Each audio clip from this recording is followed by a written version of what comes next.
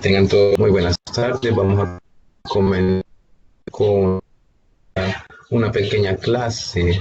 Mientras comenzamos, dar una recomendación. Quizá durante el desarrollo de la clase, tener apagados los micrófonos. Si tienen alguna duda, lo pueden hacer saber a través del chat.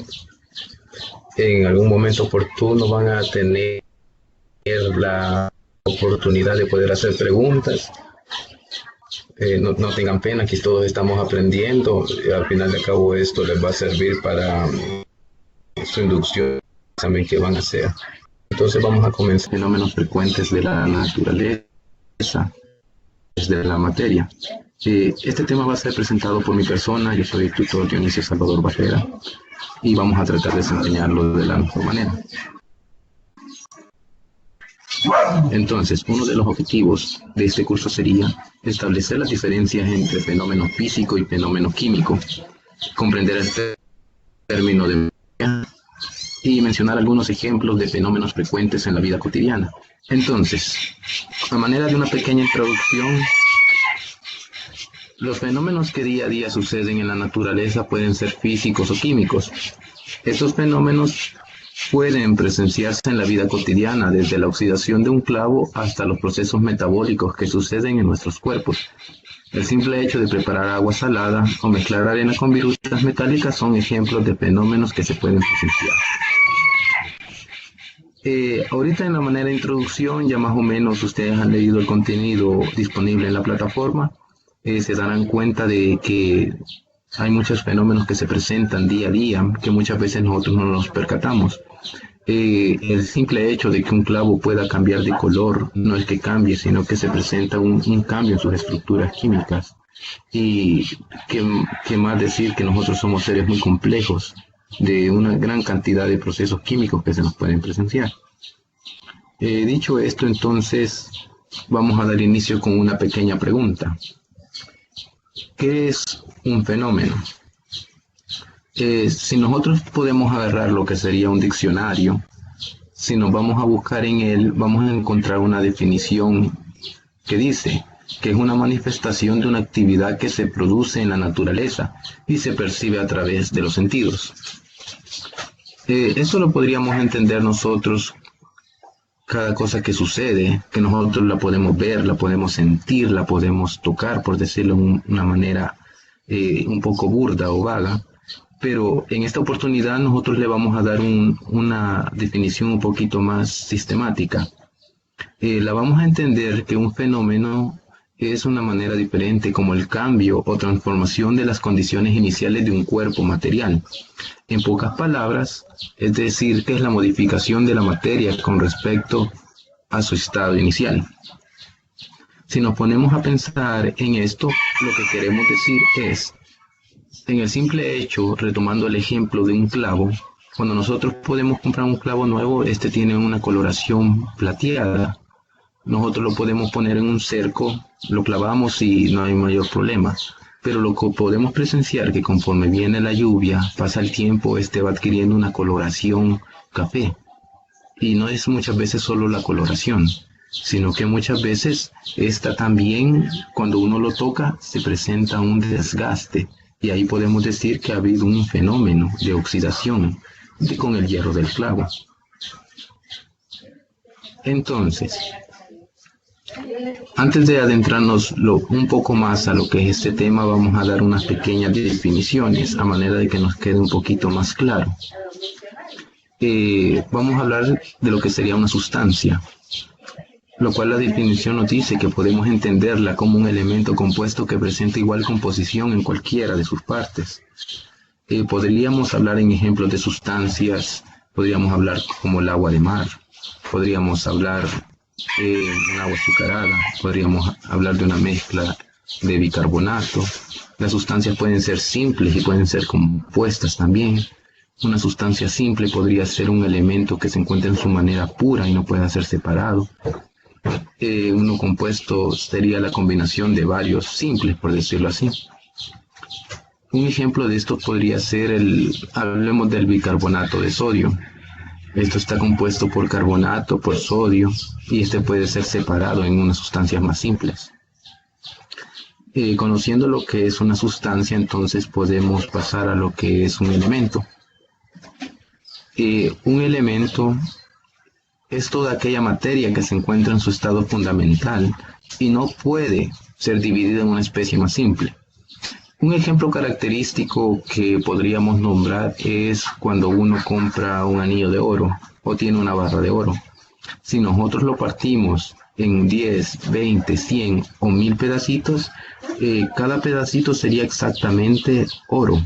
Es decir, que este está puro, no tiene compuestos que lo puedan contaminar, por decirlo de una manera vaga, sino que lo partimos en dos, tenemos oro de un lado y tenemos oro del otro. Esto nos ayuda a entenderlo porque ya cuando podemos hablar de un compuesto, esto no es más que la conformación de uno o más elementos. Son sustancias puras formadas por elementos de dos o más tipos combinados en proporciones fijas, las cuales podemos conocerlas mediante fórmulas químicas. Muchas veces nosotros cuando estuvimos en bachillerato nos daban fórmulas químicas. Nos decían que el agua era H2O, que nosotros exhalamos dióxido de carbono, CO2. Entonces, ese CO2 y esa H2O, esas son las fórmulas químicas. Si nos podemos dar cuenta, como lo dice la fórmula CO2, H2O nos está diciendo de que en el caso del agua hay dos moléculas de hidrógeno por cada una de oxígeno. Entonces, estos son ejemplos muy sencillos de lo que sería un compuesto, un elemento, una sustancia. No sé si tienen alguna curiosidad, la hacen saber a través del chat para que podamos reforzar de una manera inmediata, por decirlo así, o si no, pues posteriormente en la parte conforme vayamos avanzando, se les dará espacio para que puedan hacer sus preguntas.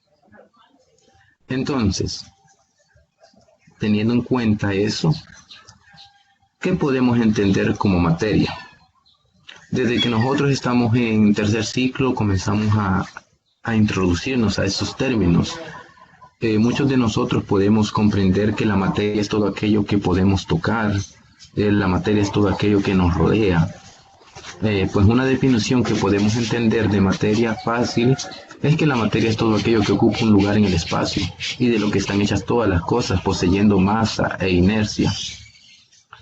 Toda la materia que nosotros la vamos a denominar materia tiene que poseer esas dos cualidades, tiene que tener masa y tiene que tener inercia. Más adelante vamos a hablar un poquito más sobre masa e inercia. Inercia viene siendo la capacidad que tiene un cuerpo de permanecer en estado de reposo hasta que viene una fuerza y lo mueve. Pero sabiendo esto podemos mencionar algunos ejemplos de materia. Yo puse unos ejemplos aquí muy característicos, muy simples para que vayamos entendiendo que materia es casi todo lo que nosotros percibimos día a día. La madera, el acero, puse ahí los frijoles, el agua, el humo. No necesariamente tiene que ser en estado sólido, puede ser en estado líquido, puede ser en estado gaseoso. Al final del cabo lo que importa es que cumpla esas condiciones. Un gas, por muy expandido que esté, también va a presentar masa, pues todo tiene una acción de ser. Más adelante vamos a dar unos espacios por si hay alguna curiosidad sobre esto, para que vayamos entendiéndolo de una manera un poquito más exacta. Entonces, si estudiamos la materia, podríamos encontrarnos con...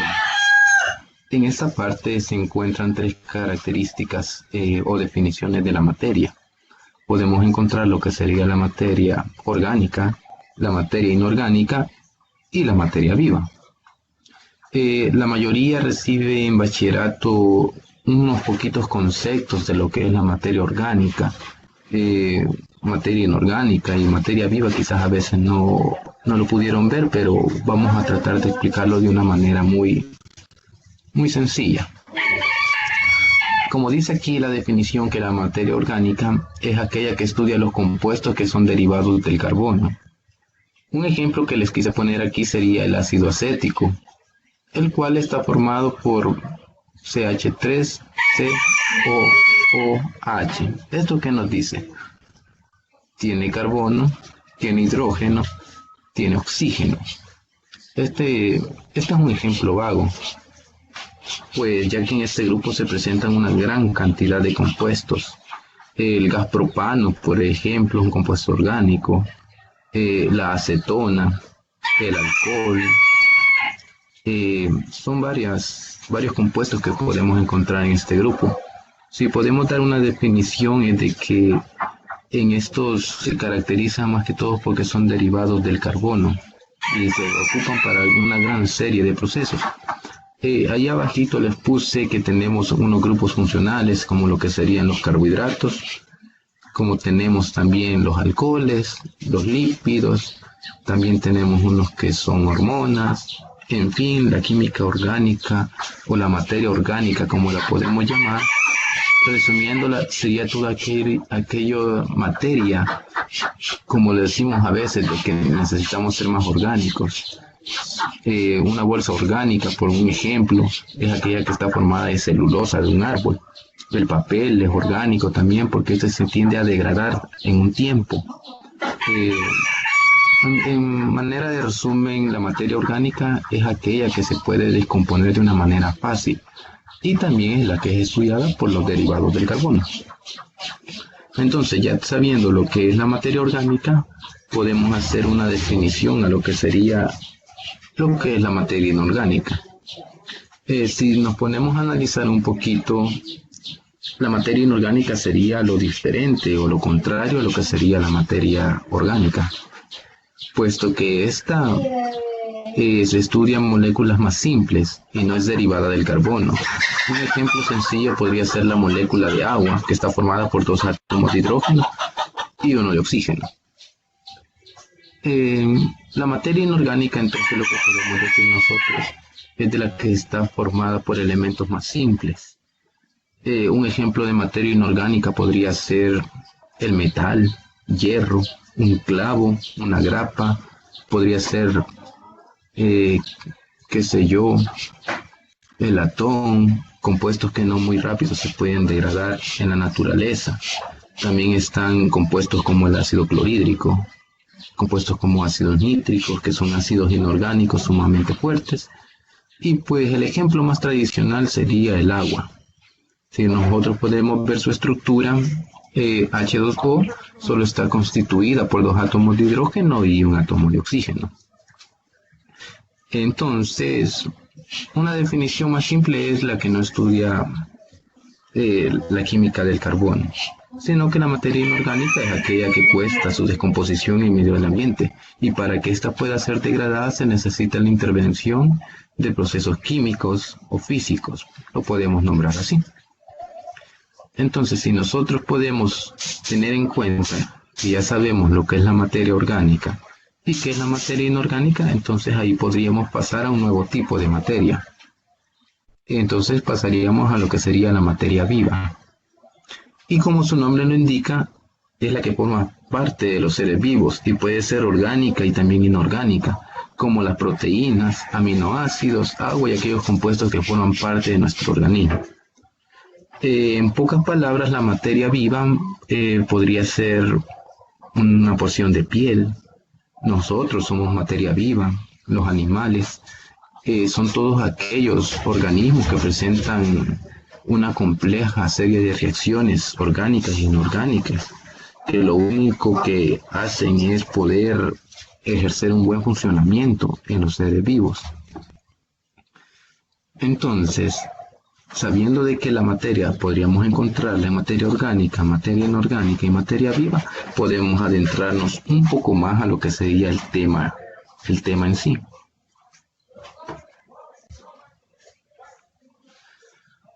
Entonces, entendiendo todo esto ahora, vamos a mencionar 2 tipos de propiedades que puede presentar la materia. La primera podría ser las propiedades generales y la otra las propiedades específicas. A modo de una pequeña introducción, las propiedades generales, como lo indica su nombre, son propiedades generales que la poseen varios cuerpos. Vamos a ver un poquito de esto para que ustedes tengan más conocimiento. Las propiedades generales de la materia son características comunes a todos los cuerpos. Eso es lo que yo les decía. Una característica o una propiedad general la poseen todos los cuerpos. No en sí la misma proporción, pero sí la poseen de una manera más generalizada. Como primer punto tenemos la masa. Si nosotros nos ponemos a pensar qué es la masa, nos vamos a dar cuenta que no es más que la cantidad de materia contenida en un cuerpo. En el Sistema Internacional de Medidas, la masa está definida por el kilogramo. Entonces, ¿cómo vamos a entender una característica general, una propiedad general de la materia? Cuando nosotros hablamos de masa, aquí nos referimos a que una mesa de madera va a tener una masa, así como lo va a tener una silla de plástico. Quizás voy a hacer un poquito de alusión y recalcar de que esto no significa que van a tener la misma cantidad de materia, sino que estamos hablando de una propiedad general en sí, que así como la mesa de madera posee masa, también una silla de plástico la va a poseer, y no necesariamente van a tener la misma cantidad de materia. Si nos ponemos a pasar al otro punto que tenemos ahí, sería volumen. El volumen no es nada más que el espacio que ocupa un cuerpo. La mayoría de cosas que nosotros ocupamos con volumen serían los líquidos. Todos los cuerpos, ya sean sólidos, también los gases poseen volumen. Lo único que cambia es el estado de cómo estos se encuentran, ya sea líquido, sólido o gaseoso. Si yo tengo, por decirlo así, un galón de jugo, ese tiene un volumen, pero si yo también tengo una pelota de fútbol, ella también posee un volumen. Una llanta de un vehículo, un ladrillo, un blog, un reloj. En sí, esto lo que nos quiere dar a entender es que toda la materia en general posee un volumen. No necesariamente va a ser la misma cantidad, no va a ser la misma medida, pero sí poseen un volumen que puede ser calculado en base a diferentes procesos físicos. Entendiendo entonces que podemos tener la masa y podemos tener el volumen, pasamos a otra propiedad que es el peso. Muchas veces se tiende a confundir lo que es peso con lo que es masa, pero no. Para poder entender esto, solo nos tenemos que dar cuenta que la masa se mide en kilogramos, mientras que el peso se va a medir en newton, que es una medida de fuerza. Entonces, si leemos la definición, nos dice que el peso es la fuerza que ejerce la gravedad sobre los cuerpos. Entonces, si nos detenemos un poquito aquí, tenemos que hacer un análisis, que si mi persona pesa 100 kilogramos en el planeta Tierra, donde la gravedad es de 9.8, ¿cuánto podría pesar mi persona en la Luna, que la gravedad viene siendo como de 3 metros sobre segundo cuadrado? Si podemos ver, la masa sigue siendo la misma. Es la misma cantidad de materia que posee mi cuerpo, pero la diferencia es la fuerza de gravedad que existe en cada uno de los lugares. Ya sea así en nuestro planeta Tierra, en la Luna, en el agua. Eso nos va a ayudar a variar lo que sería el peso. Entonces, en forma de resumen, el peso es la masa y se exige la fuerza de gravedad que ejerce sobre ella. Entonces, en una manera de ejemplo, si en algún momento les pidieran encontrar el peso de un cuerpo, lo único que tienen que hacer es multiplicar la cantidad de materia, o sea, la masa, por la fuerza de gravedad ejercida. Entonces aquí tenemos una pregunta. Dice que si el peso cambia o la fuerza. Bueno, tenemos que hacer una buena pregunta. En estos términos tenemos que comprender que peso y fuerza vienen siendo lo mismo, porque el peso se equivale en una medida llamada newton, mientras que la fuerza es equivalente a newton también. Entonces, hablar de peso o hablar de fuerza, podríamos tomarla que estamos hablando de lo mismo. Entonces, el peso y la fuerza va a ser igual, lo único que puede cambiar es la aceleración que se presenta ahí. la fuerza de gravedad. Entonces, está muy bien las participaciones. Retomando un ejemplo, yo en la plataforma les puse un ejemplo similar, donde salía un astronauta en la Tierra y salía en la Luna. Si aquí pesaba 10 kilogramos, solo lo debíamos de multiplicar por la aceleración de la Tierra. Y ahí podíamos sacar su peso, o la fuerza con la que es atraída hacia la Tierra. Mientras que si lo tomábamos como un ejemplo hacia la Luna, solo teníamos que multiplicar el peso por la fuerza de gravedad, o la aceleración en su defecto, y ahí nos podía salir el peso de la persona o la fuerza con la que ésta es atraída hacia la Luna. Entonces, ya hablamos de lo que son 3 propiedades generales de la materia, pero aún faltan más. La porosidad. Cuando nosotros hablamos de la porosidad, debemos de entender que es el espacio que existe entre las partículas. Si nos ponemos a pensar así, nos tenemos que dar cuenta que nada, absolutamente nada de lo que es materia está completamente comprimido, ya que cuando estábamos en bachillerato nos hablaban de ciertas teorías, donde los átomos, los protones, los electrones tenían una configuración dada y existía un espacio entre cada uno de ellos. Entonces, entre átomo y átomo existe un espacio, así como entre molécula y molécula existe un espacio. Muchas veces podemos, un ejemplo característico y que yo lo encuentro bastante sencillo, es cuando uno hace una mezcla de cemento. Muchas veces nosotros podemos verla que está bastante firme, bastante sólida, pero al momento que nosotros le aplicamos agua, nos podemos dar cuenta que hay unas filtraciones, y es debido a eso, a la porosidad que nosotros dejamos en esa mezcla de arena con cemento. Todos los compuestos de la materia, toda la materia en sí, tiene esta propiedad general, la porosidad. Lo que va a cambiar es el tipo o el tamaño de los poros que tiene cada materia. No sé si en alguna oportunidad ustedes han tenido la ocasión de ver unas rocas ígneas, volcánicas, que esas tienen muchos poros. Cuando uno la agarra puede ser una roca bastante grande, pero por la cantidad de poros que tiene en su estructura parece pesar menos. Mientras que nosotros agarramos una pesita de metal, no se le logran ver los poros y esta pesa más. Un ejemplo así podría ser entendiendo lo que es la porosidad. Aquí está una característica muy importante de lo que hablábamos de la materia, que es la inercia. Entonces la inercia es la característica que impide a la materia moverse sin intervención de una fuerza externa. Si nosotros no podemos analizar eso, característica que impide a la materia moverse sin intervención de una fuerza externa. Lo que podemos comprender en esto es de que si viene una persona y deja un ladrillo en el suelo, el ladrillo va a permanecer en el suelo. Y puede pasar un día, 2 días, una semana o un año y el ladrillo va a permanecer en el suelo. A cambio, o el caso contrario, si viene una fuerza externa, digamos una fuerza externa podría ser un temblor, podría ser una tormenta muy fuerte, podría ser una persona que venga y lo agarre, podría ser un animal, qué sé yo, unos insectos que estén abajo y comiencen a minar el suelo. En sí, lo que nos quiere dar a entender la inercia es que ese cuerpo se va a quedar absolutamente donde lo dejamos, a menos que venga una fuerza y haga que éste se mueva.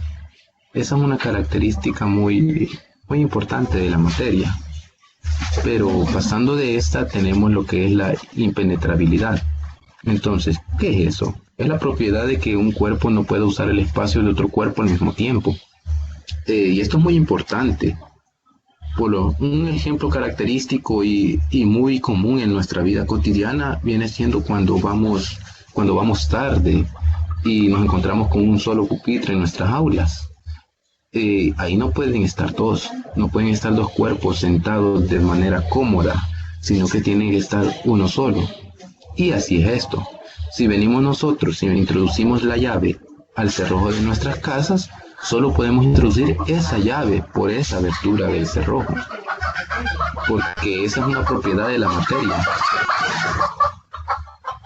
que no pueden ocupar 2 cuerpos el mismo espacio. Creo que esto es bastante fácil de comprenderlo. No podemos poner 2 clavos uno sobre otro porque están ocupando el mismo espacio. No podemos estacionar un auto donde ya está uno porque no cabe. Es una propiedad bastante comprensible.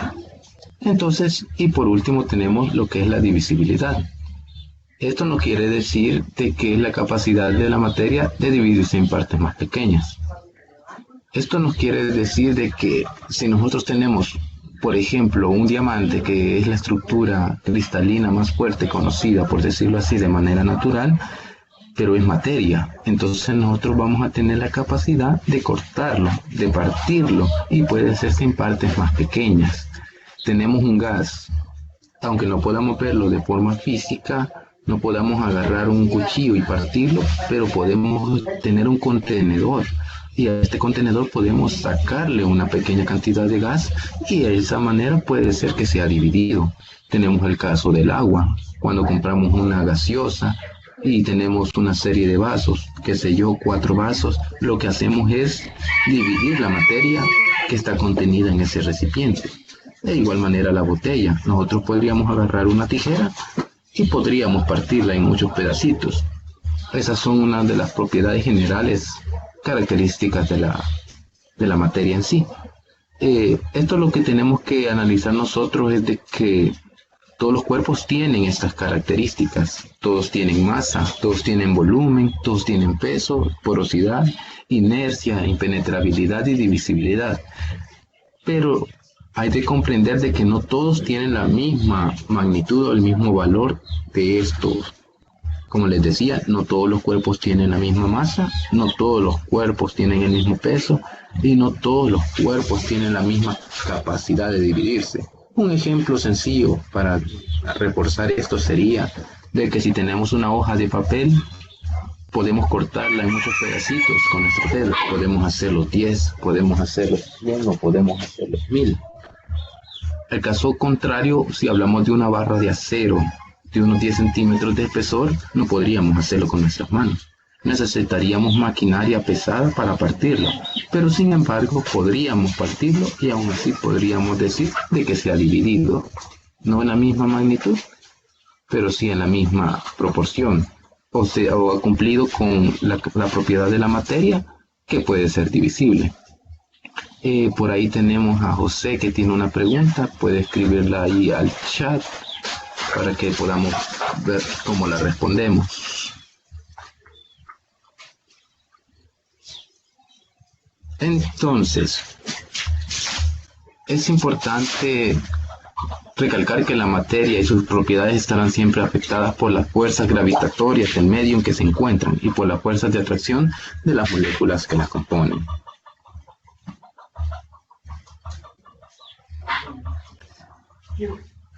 Excelente. Aquí tenemos una pregunta de José Hernández. Dice que entiende que masa y peso son diferentes y sus unidades son kilogramos y newton para peso. Excelente. Pues efectivamente, José, la masa y el peso son diferentes.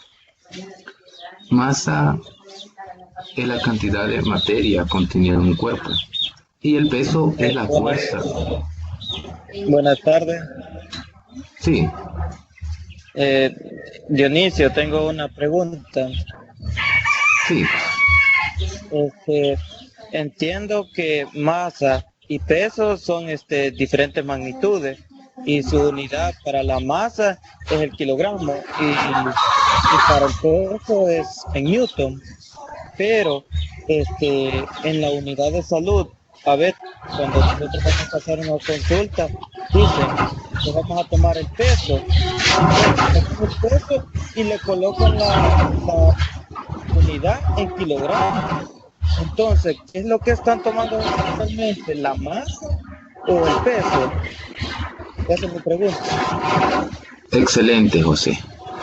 Sí, es una manera muy curiosa de que nosotros vamos a pasar consulta y nos pesan, por decirlo así vulgarmente, ¿verdad? Entonces, efectivamente, ellos lo que nos están haciendo es calcularnos nuestro peso, porque nosotros estamos propensos a la fuerza de gravedad de nuestro planeta. Entonces ellos hacen un estimado, ellos tendrán sus cálculos, cómo hacen para que esa información pueda ser de uso. pero en sí, ellos cuando nosotros vamos, ellos nos calculan nuestro peso. Si nosotros quisiéramos hacer saber nuestra masa, pues solo tendríamos que hacer un pequeño despeje para poder conocerla. Aunque sí, Ah, ellos le ponen tantos kilogramos a nuestro peso. Sí, es un dato ajá, bastante curioso. Pero sí, en ajá. manera de resumen, el peso y la masa son Es diferentes. curioso porque, ajá, sí, parece curioso porque si su unidad es en Newton, pero cuando los anotan en la clínica, por decirlo así, ponen peso y ponen tanto y ponen en kilogramos, o sea que el kilogramo es la unidad de masa, entonces como que hay una combinación, ¿ve? Pero como dice, que ellos tendrán su método. Sí, sí, porque, bueno, el nombre está bastante correcto porque le dicen a uno lo vamos a pesar. Aunque curiosamente ellos ponen masa. Pero sí, ellos han de tener sus técnicas para poder aprovechar ese dato que obtienen. Pero es una buena pregunta, José. Sí. Lo felicito y lo invito Pero, a seguir. perdón que Bueno, muchas interrumpa, gracias por la ayuda. Bueno, pero es en realidad lo que se intenta buscar es el índice de masa muscular o corporal del cuerpo humano cuando se realiza el peso, por eso que se utiliza el kilogramo. excelente, muy buen dato. Eso nos va a ayudar bastante. Creo yo que toda la información es bastante valiosa.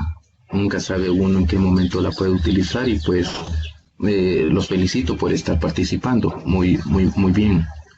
Entonces, si no hay otra curiosidad, por el momento vamos a pasar a lo que sería la siguiente diapositiva. Entonces, estábamos hablando de lo que eran las propiedades generales. Entonces, también tenemos que hablar de lo que son las propiedades específicas de la materia. Cuando nos ponemos a hablar de propiedades específicas, nos vamos a enterar rápido que aquí vamos a hablar de algo propio de cada elemento, de cada compuesto, de cada porción de materia o de cada objeto que nosotros se nos presente. Las propiedades específicas de la materia son las características que difieren un cuerpo de otro y son agrupadas en dos ramas, podemos decirlo. Las propiedades físicas, que son aquellas que definen la estructura medible de un objeto, por ejemplo, el olor, la textura, el sabor y el estado físico, sólido, líquido, gaseoso. Y las propiedades químicas son las propiedades de cada sustancia con respecto a otras sustancias, con la habilidad de crear otras nuevas, como por ejemplo la combustibilidad, la oxidación, la reactividad, la afinidad electrónica, entre otros. En las propiedades físicas, creo yo que aquí no nos confundimos mucho, porque todos podemos presenciar no solamente con nuestra vista, sino que con nuestros sentidos una propiedad física. Si nosotros nos ponemos a hablar de, de qué sé yo, digamos un celular, nosotros podemos decir que un celular tiene un tamaño de unas 6 pulgadas, que de su grosor viene siendo de 1 centímetro, que es duro, que es liso, que es color rojo, que huele, que tiene un olor a nuevo, que su textura es suave. Y esas son propiedades muy características que no necesitamos tener un estudio más avanzado para poderlas mencionar.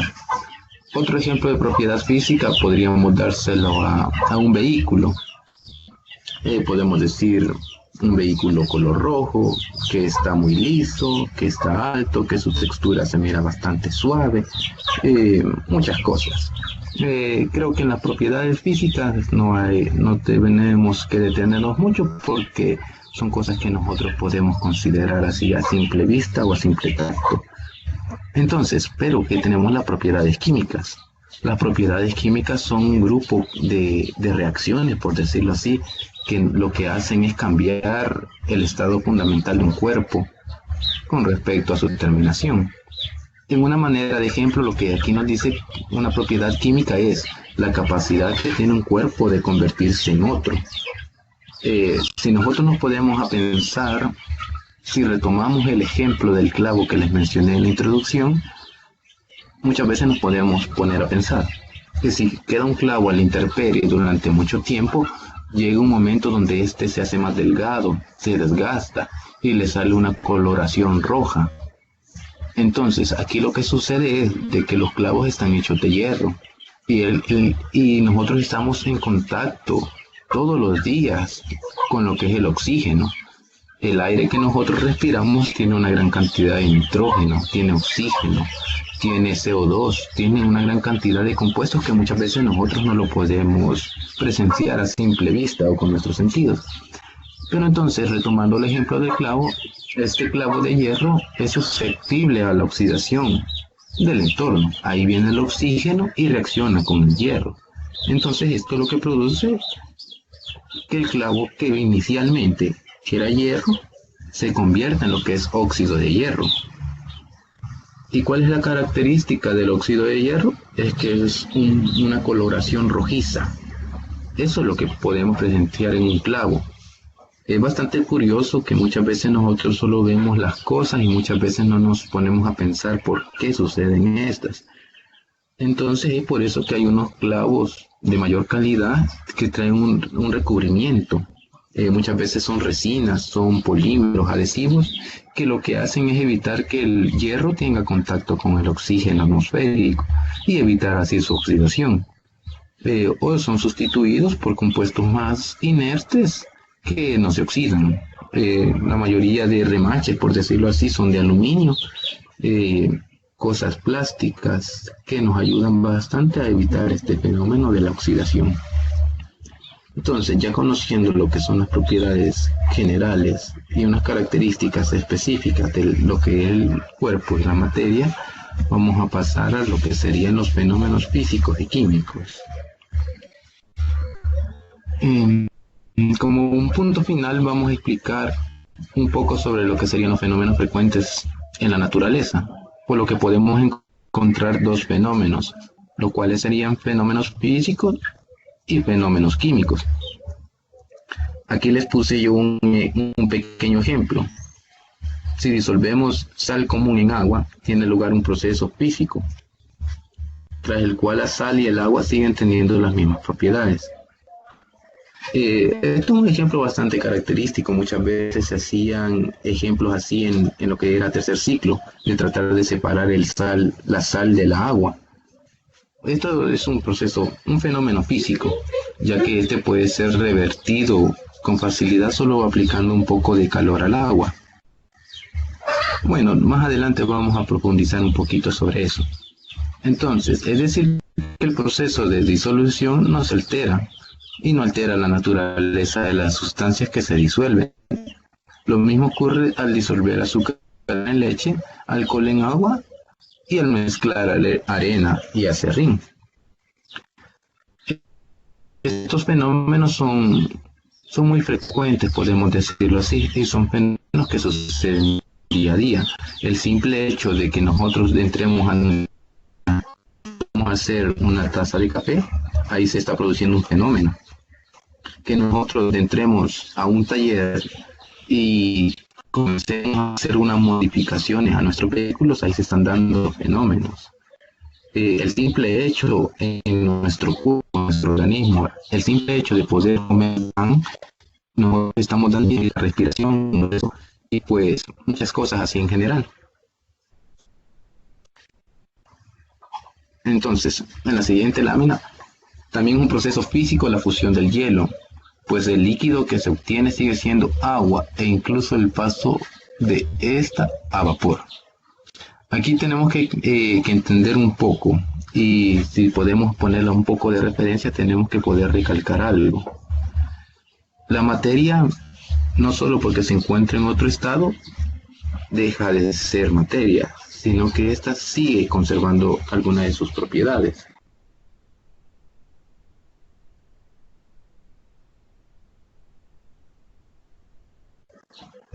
Entonces, este dibujito yo se lo puse en un foro. Entonces aquí lo que podemos ver es que el agua en sí tiene tantos procesos físicos. Si nos ponemos a hablar de lo que sería el ciclo del agua, un día normal está, ¿cómo decirles? Está a su nivel alto el sol. Entonces el sol lo que produce es que el agua líquida la convierte en gas. Entonces, el agua en estado gaseoso viene, sube a la atmósfera donde está más frío y es ahí que se condensa. Dependiendo si está muy frío, pues ahí podemos presenciar que el agua que antes era en estado gaseoso se transforma en estado sólido. Mientras que si las temperaturas no son tan extremas, por decirlo en ese sentido, vamos a encontrar lo que sería agua líquida. Pero ¿qué es lo más importante de este esquema o de este dibujo? Es de que ya sea agua líquida, sólida o gaseosa, esta siempre sigue siendo agua. Lo único que cambió es el estado de agregación de esta. Entonces ahí no se ha presentado ningún cambio químico en lo que es su composición, puesto de que si tenemos un cubo de hielo, eso podemos revertirlo, lo podemos hacer líquido, lo podemos hacer gaseoso. Si tenemos agua en forma de gas, también podemos hacerla líquida, podemos hacerla sólida. Entonces un proceso físico es aquel que puede ser reversible. Esa es la palabra clave a un fenómeno físico, que los fenómenos físicos son reversibles. Quizás un caso contrario sería de que podríamos hablar de la combustión, pero más adelante vamos a retomar ese ejemplo. Pues ya cuando nosotros tenemos el conocimiento de lo que es un fenómeno físico, también tenemos que entrar en la curiosidad de lo que sería un fenómeno químico. Entonces esta lámina nos dice: excelente, aquí tenemos un agregado a lo que sería a la diapositiva anterior. Aquí nos dice Karen que un cambio químico con el agua sería la lluvia ácida. Y sí, efectivamente, Karen, sería un cambio químico. Pues quizás para manera de refuerzo, la lluvia ácida no es nada más que la combinación del agua con una gran cantidad de compuestos clorofluorocarbonados que se encuentran en la atmósfera. Un ejemplo bastante característico podría ser de que, bueno, una explosión de un volcán, digámoslo así. En una explosión de un volcán se liberan bastantes gases de óxido y azufre. Entonces, cuando estos entran en contacto con el agua atmosférica, esta cae en forma de ácido sulfúrico. Y es una condensación bastante significativa, ya de que esta reacciona con los metales y pues ahí se dan una gran cantidad de procesos químicos. Pero sí, tienes toda la razón, Karen, la lluvia ácida sí sería un fenómeno químico. Entonces, teniendo ya en cuenta lo que estábamos hablando de fenómenos físicos, vamos a pasar a lo que serían los fenómenos químicos.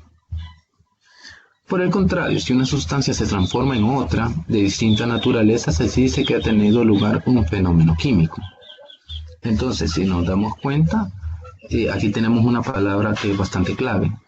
Si una sustancia se transforma en otra de distinta naturaleza. Esto lo que nos quiere decir es que si una sustancia inicial cambió y ya no es la misma. Bueno, más adelante vamos a ver unos ejemplos. Esto se basa a una transformación muchas veces irreversible.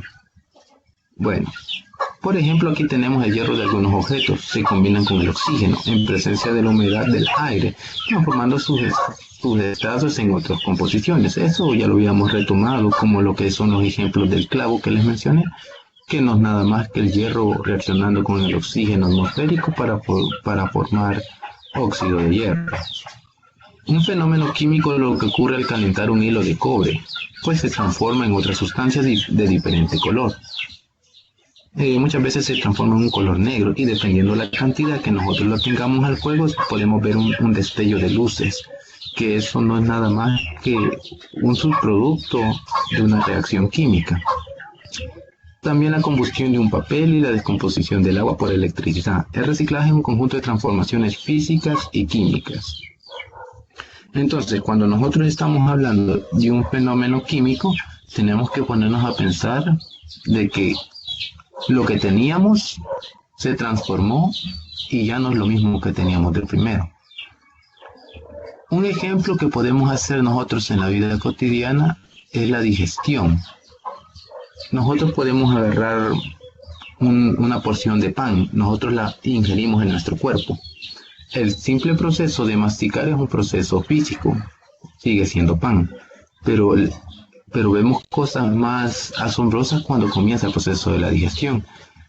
Entonces, cuando el pan entra en lo que es nuestro estómago, comienza una serie de procesos metabólicos que lo que hacen es transformar esa materia que nosotros hemos consumido y la transforman en otra, mayormente en energía. Aquí tenemos una pregunta. Dice, entonces la diferencia entre un fenómeno físico y un fenómeno químico sería que un fenómeno físico es reversible y en cambio un fenómeno químico es irreversible. Sí, podríamos darle respuesta simple, sí. Un fenómeno físico es bastante reversible fácilmente, mientras que un fenómeno o una reacción química es bastante difícil revertirla. Por ejemplo, un ejemplo bastante sencillo. El simple hecho de nosotros agarramos un huevo de nuestra nevera o del cartoncito de huevos y venimos y lo ponemos sobre un sartén con aceite, cuando nosotros lo sacamos del cascarón podemos presenciar una estructura transparente. Y vemos que cuando el aceite se está calentando, esta cambia de color y cambia de textura. Entonces la pregunta sería, ¿será que nosotros podríamos de alguna manera que ese huevo vuelva a ser transparente, poderlo meter al cascarón y que pudiéramos hacer que de él saliera un pollito? Entonces la respuesta sería no. Es porque se ha dado lo que es en sí un proceso químico, el cual es irreversible y no podría volver de una manera simple a su estado inicial. Hay procesos químicos, hay de recalcar esto, hay unos procesos químicos que pueden ayudar a que una materia vuelva a un estado inicial, pero como lo dice su nombre, necesitaríamos reacciones químicas para poder realizar esto. Entonces, reafirmando y dándole más fuerza al comentario de Elmer, sí, un fenómeno físico es reversible y un fenómeno químico es irreversible. Entonces, sabiendo esto, podemos ver este ejemplito que yo les traía aquí. En la imagen de abajo podemos ver la reacción de combustión del metano, que cambia totalmente para formar dióxido de carbono. Aquí tenemos estas moléculas. La molécula negra del CH4 es el metano. Ahí las dos como bolitas rojas que ustedes ven ahí, aquí lo están representando como moléculas de oxígeno. Si podemos ver, estas reaccionan en presencia de calor. Aquí le hizo falta una llama y forman CO2 y agua. Entonces es una reacción bastante característica y de lo que nosotros tenemos en nuestros hogares.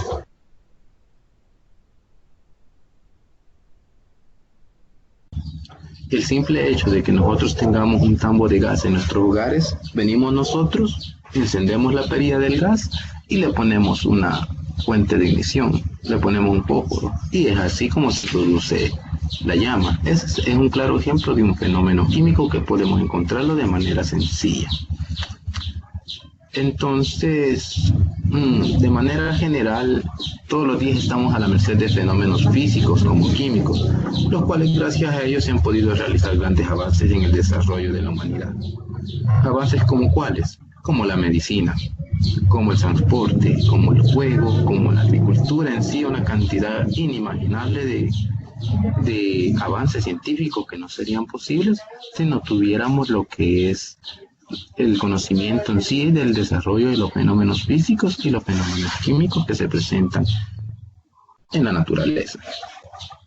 Entonces, si ya sabemos nosotros esto, les voy a dar un pequeño espacio para que puedan escribir sus preguntas o sus inquietudes, que podamos darles respuestas. Pueden escribirlo ahí en la barra de chat para que podamos leerlo y entre todos podamos encontrarle una solución favorable.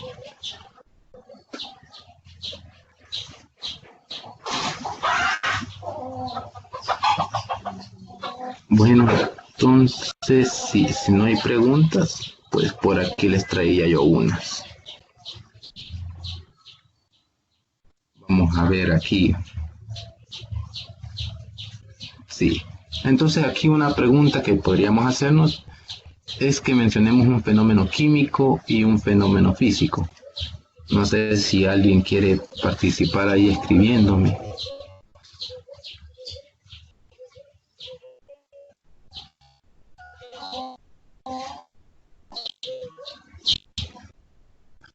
Aquí tenemos una pregunta. Aquí nos dice peso de agua cambia de un estado a otro. Pues está bastante curioso. Cuando el agua está líquida, cuando el agua está sólida y cuando el agua está gaseosa. Sería de las proporciones, ya que cuando nosotros tenemos el agua en estado gaseoso, lo que sucede aquí es de que la fuerza, por decirlo, del aire es la que ayuda y aparentemente tenga un peso menor. Cuando el agua está líquida, también está una estructura mejor organizada y su longitud hace que su peso varíe, mientras que cuando tiene una tiene una estructura más fija y podemos pesarla de una manera más similar. Pero entonces, dependiendo del estado de la materia, podría presentarse un caso donde su peso podría variar. Se aumenta su volumen, a veces disminuye, puede dar que su peso varíe. Un dato curioso es de que cuando nosotros tenemos el agua en nuestros océanos, muchas veces en una revista, en un journal, pude encontrar una información bastante curiosa.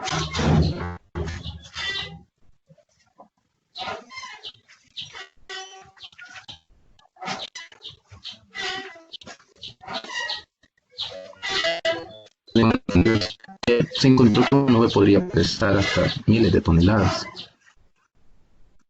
Entonces,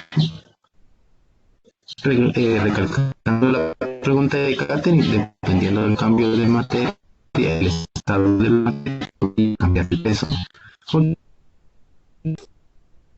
puede ser no lo mismo una nube que una ráfaga de agua. Podría influir en eso.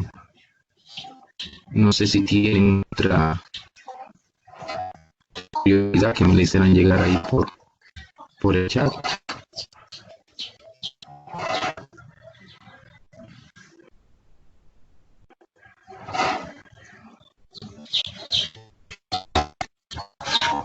Pueden hacer las preguntas.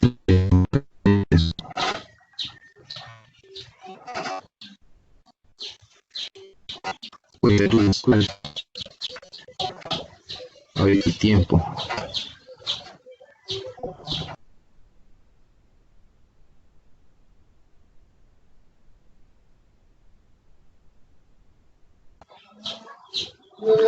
Bueno, sí, quizás no hay. Aquí tenemos a Vanessa que nos responde.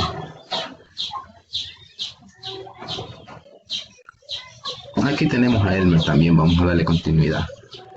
Entonces, Elmer nos dice que la diferencia entre un fenómeno físico y un fenómeno químico es que uno es reversible y el otro es irreversible. Sí, así es, ya habíamos dado respuesta a esa. Aquí tenemos una pregunta de Vanessa. Un fenómeno químico, la putrefacción de una fruta. Fenómeno físico, cortar un papel. Excelente respuesta, Vanessa. Es un ejemplo bastante correcto, bastante aceptado, muy simple de entender. Está bastante bien. Aquí tenemos un fenómeno químico, sería la disolución de un medicamento en agua.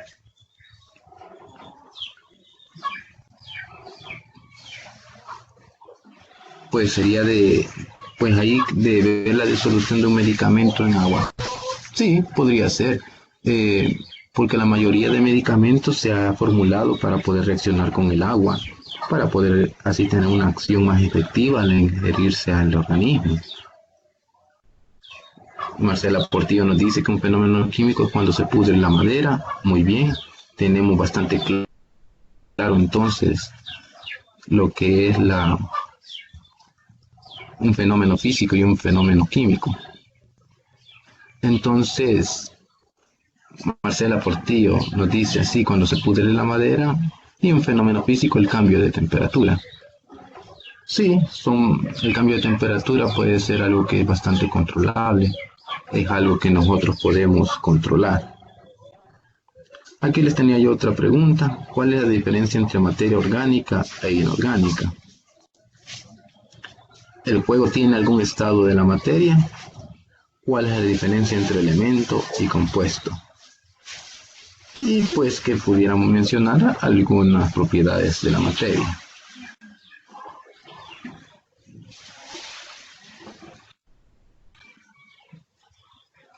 Entonces ahí está el espacio para quien quiera participar, si conocen. Puedo decir las propiedades de la materia. Sí, excelente. Masa, volumen y Sí. extensión, peso, porosidad, inercia, impenetrabilidad y visibilidad. Sí, excelente, excelente, muchas gracias. Muchas gracias, es bastante correcto. Por ahí tenemos las otras preguntitas para los que quieran participar. Quizás cuál es la diferencia entre materia orgánica e inorgánica. Lo que podemos mencionar ahí, nadie me ha contestado, entonces lo que podemos mencionar ahí es que la materia orgánica, aquí está Vanessa Zelaya, materia orgánica está derivada del carbono y la inorgánica no, moléculas más simples. Excelente, Vanessa Zelaya, bastante correcta tu respuesta. Aquí tenemos otra pregunta curiosa: ¿el fuego tiene algún estado de la materia? ¿O será que no tiene? ¿O será que será gaseoso? ¿O qué? ¿Qué será el fuego? A ver si alguien puede dar una respuesta, un comentario que ellos crean que es lo que puede hacer.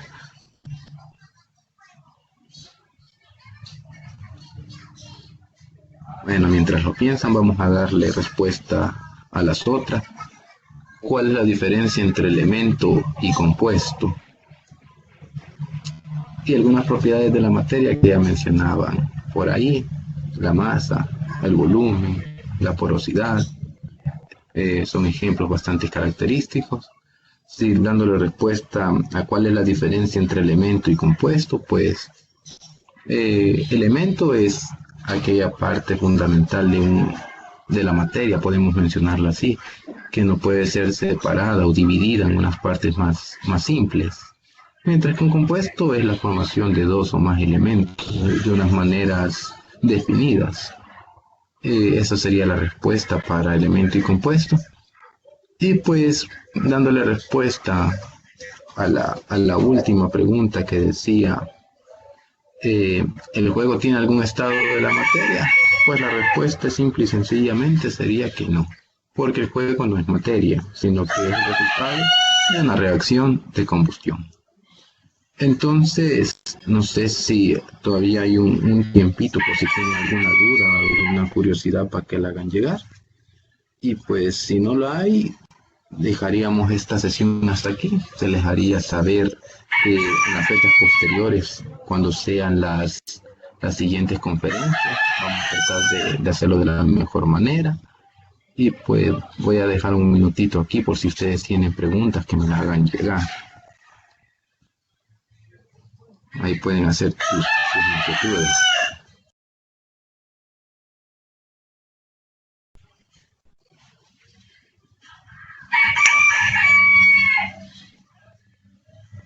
Bueno, entonces creo que en esta sesión hemos aprendido algo. Felicito a los que terminaron esta sesión, también a los que ingresaron y por algún motivo tuvieron que salir, pues de bastante provecho. Les animo y les motivo a seguir adelante, que pueden estudiar, prepararse para el día de su prueba, que logren los mejores resultados. Y pues en cualquier duda o curiosidad, ahí estamos en los foros para que podamos aprender mutuamente. Entonces, no habiendo más preguntas, esta sería la sesión de este día y pues pasen todos feliz día.